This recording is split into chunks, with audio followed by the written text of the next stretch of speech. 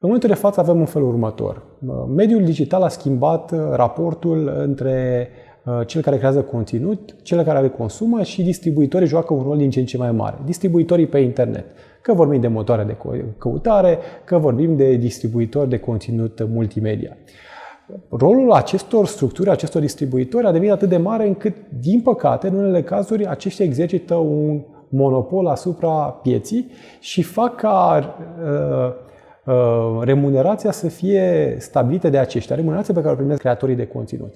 În același timp, reglementează și ceea ce ajunge la utilizator. Și în consecință ar trebui să gândim cum să structurăm această comunicare. Din păcate, cei care au elaborat această directivă, mă refer aici la Comisia Europeană, a gândit o manieră care, după părerea mea, nu este una corectă. Atunci când dai un click, click-ul tău valorează o sumă de bani.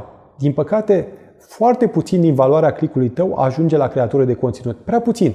Foarte mulți bani rămân la distribuitori, că-s distribuitori online sau offline, și cei offline câștigă extraordinar de mult și ar trebui să găsim o manieră prin care această distribuție a beneficiilor să fie una mai echitabilă pentru toată lumea, în așa fel încât piața să funcționeze, dar mai ales, așa cum am spus și mai devreme, utilizatorul să nu fie afectat.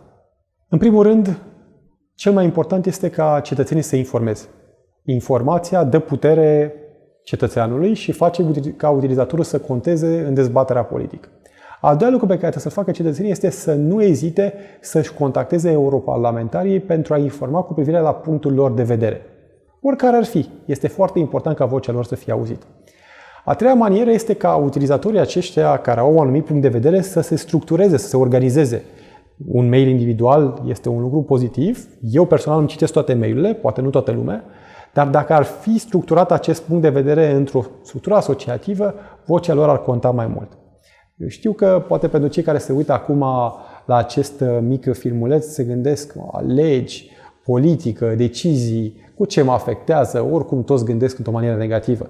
Trebuie să spun că nu toată lumea gândește la fel. Sunt oameni care luptă pentru drepturile utilizatorilor pe internet, care luptă pentru un internet liber. Dacă ei nu participă, noi suntem foarte puțini și suntem foarte singuri acolo în procesul acesta al luării deciziilor. Deci ei trebuie să ne ajute ca să schimbăm lucrurile. Nu vor să ne ajute pe noi individual să lupte ei singuri, dar trebuie să participe într-o manieră coerentă, structurată și vocală. Altfel, vocea lor nu va fi auzită.